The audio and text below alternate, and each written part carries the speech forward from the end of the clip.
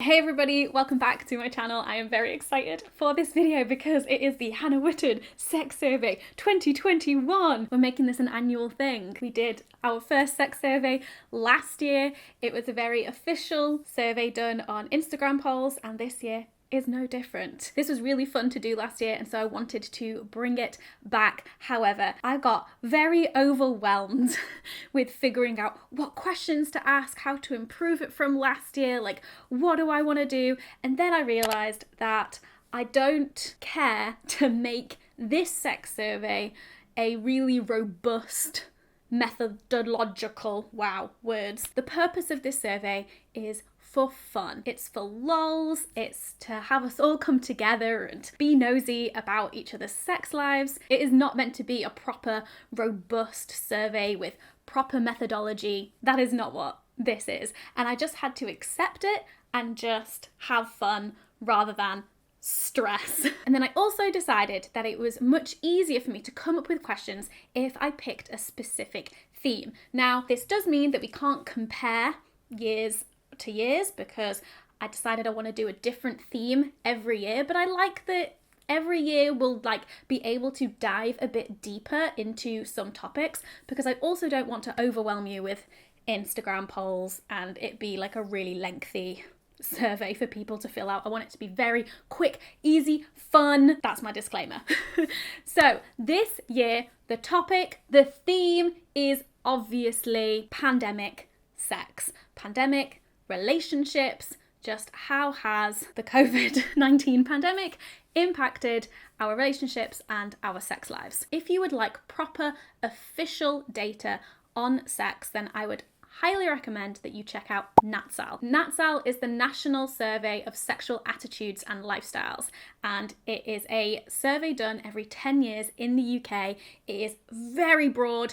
They have so much data around our sex lives. The last NatSal survey, NatSal 3, was done in 2010 to 2012, and so now is the time for NatSal 4, and their website currently says that they're going to start doing the stuff summer 2021. It was meant to be last year, but they've had to postpone it because of COVID. But fingers crossed, in the next year or so, 2 years, we will have a new NatSal survey that we can dive into the data of. So look at that if you want proper research. Watch this video if you want some lols.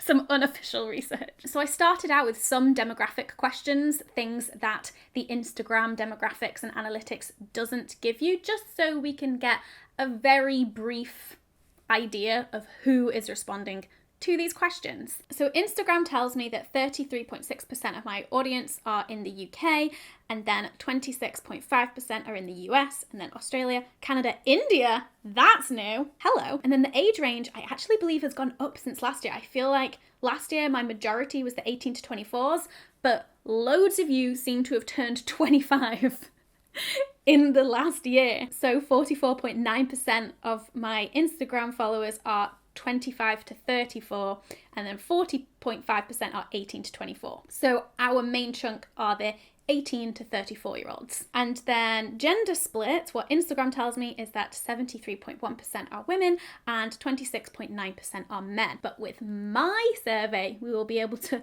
go a little less binary with all of that. Before we get into this, how many people actually answered the survey? It will change per question because some people won't answer all of the questions, but roughly 40,000 people. So that's more than NatSal get, but we don't have the proper methodology here. So first question, are you single or in a relationship? 40% of you are single and 60% of you are in a relationship. I don't really have anything to say about that, but that's just good to know going forwards. Are you LGBTQIA+? This is really interesting. 41%. 41%. Are you on the asexual spectrum? 9% said yes. Are you on the aromantic spectrum? 4% said yes. And obviously there will be some people who are asexual and aromantic, and that is where the Instagram polls don't work. So we don't know how many people are both. Are you trans or non-binary? 84% have said yes. I have no idea if there is any data out there about the population as a whole, but 4%, that is a pretty sizable minority. Are you sexually active? 73% said yes and 27% said no. I thought this was an important question to ask because I'm asking about people's sex lives, and so then we need to kind of like know how many people out of the total is that roughly being applied to. And also, it's just absolutely fine if you are not sexually active for whatever reason. Okay, and now we're getting onto the pandemic questions.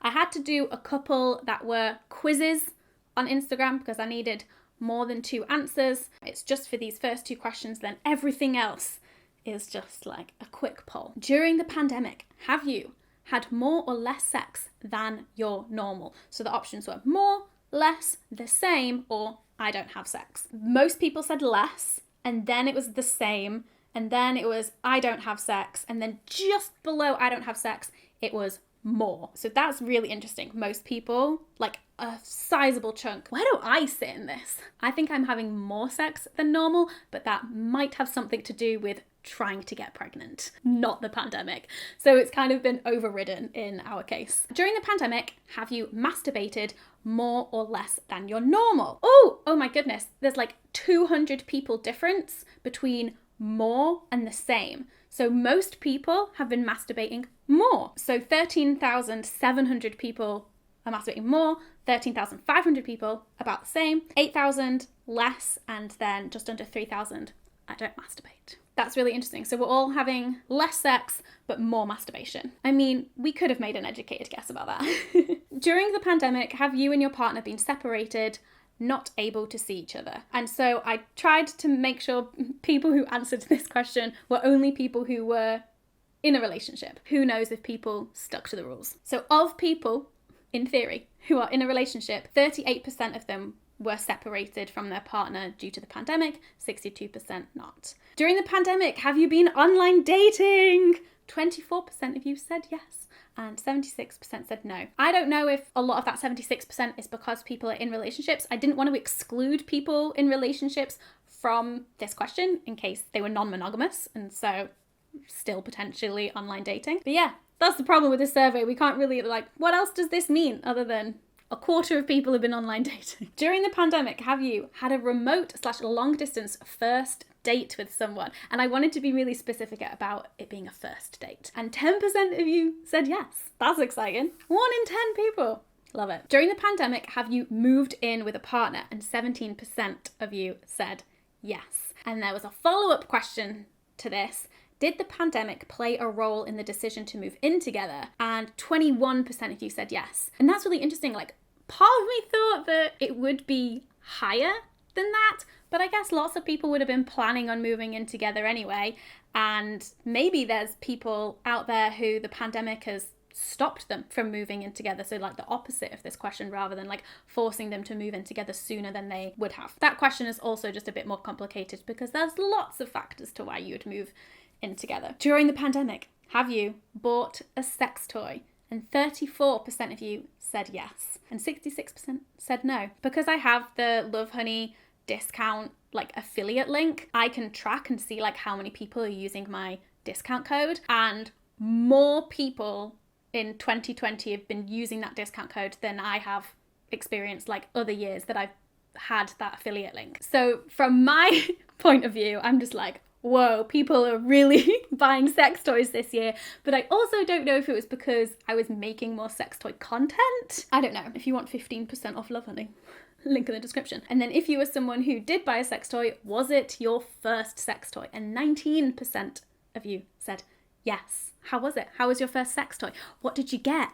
I'm intrigued. During the pandemic, have you started a new relationship? And 13% of you said yes. That's so exciting. Did you meet them online? Was it doing it remotely, or was it somebody that you already knew before the pandemic, and then the pandemic don't know, you got talking over Zoom and you were oh, hey, maybe we like each other. I want to know about all of the new relationships that started during the pandemic. During the pandemic, have you had a relationship end? And it's the same, 13%. What is going on? That's spooky. I'm really sorry if you had a relationship end during the pandemic. That must be really hard. During the pandemic, have you had digital sex? And I kind of described digital sex as all of the things. So sexting, phone sex, video sex, anything that is sexual with another person using technology or using digital technology, because a sex toy is also technology. And 27% of you said yes. And I wonder if that's higher than it would have been without a pandemic. I don't know. I don't have the data. During the pandemic, have you tried a new kink? 25% said yes. 1 in 4. 1 in 4 people. Ooh, this is the one that everybody wanted to know about. During the pandemic, have you broken lockdown rules to have sex? And it's 19%. That's almost 1 in 5. That's a lot. And like, I want to condemn it. I do condemn it. But I also, do I understand? I don't know. It's really hard for me to judge as somebody who lives with my partner and lives with the person who I have sex with. It's hard. I get it, but nobody died from not having sex. But lots of people are dying from COVID. I don't want to be too judgmental, but it's hard. It's hard. During the pandemic, have you had to cancel your wedding? And I asked the only people who had weddings planned during the pandemic to answer this. And 6% said yes, and 94% said no. So that's really interesting to me. Unless lots of people who weren't planning on getting married answered this question anyway. But 1,000 people had their wedding cancelled out of my Instagram followers, and 17,000 people. So what this means, if everybody answered this survey correctly, is that 17,000 people managed to get married during the pandemic. I mean, I'm one of them. And if you think about it, a wedding is 2 people. So that's how many weddings? In theory, not all of these people are marrying each other, obviously. But that doesn't make sense to me, because weddings were literally cancelled. Like, you couldn't even have a registry office wedding for so long. And I don't know if you can now. Like, we're in another national lockdown. Interesting. During the pandemic, have you made a discovery / learned something new about your sexuality and gender? And this is inspired by my friend Elena, who realized that she was gay during the pandemic. And she came on my podcast actually to talk all about that. So if you want to hear all about her journey discovering her sexuality during the pandemic, definitely check out that podcast episode. But 34% of you said yes. That is so many people. Granted, even without a pandemic, people discover things about their gender and their sexuality all of the time. But that's still like a lot of people who are like going through something in terms of like their sexuality and their identity this year. I hope that process has been as smooth and empowering and rewarding as possible for you. During the pandemic, have you come out as LGBTQIA+? And 9% said yes. So congratulations to you all. I hope that that was a good experience for you. And then of course, I had to ask some questions about OnlyFans. During the pandemic, have you started an OnlyFans account as a creator? I said creator because I don't actually know what like people who post content on OnlyFans are called. So I just use creator. But 1% of people said yes. And that was 494 people. So that's really cool. And then the flip side of that, during the pandemic, have you signed up to a creator's OnlyFans account? And 7% said yes. And I love that. Pay sex workers if you're going to be consuming their content, if you're going to be consuming pornography, pay the performers. Pay the creators. We did it! So there you have it. That is the Hannah Witton Sex Survey 2021. I really love the idea of making this an annual thing. And if you have any suggestions for themes that we can go into, but obviously we have no idea what 2021 will bring us. Maybe something else that we'll want to dive into our sexual attitudes around. Thank you to everyone who participated in the survey and answered my poll questions. I hope that you enjoyed filling out. Like, I know that I love doing quizzes and polls and all sorts of stuff, so I hope that was fun for you too. I'd love to hear your thoughts on any of the discoveries that we made in the comments, and follow me on Instagram. That's where stuff goes down sometimes, like these polls. I hope that you're well. I hope that you are staying safe, well, and staying at home. And I will see you in my next video. Bye.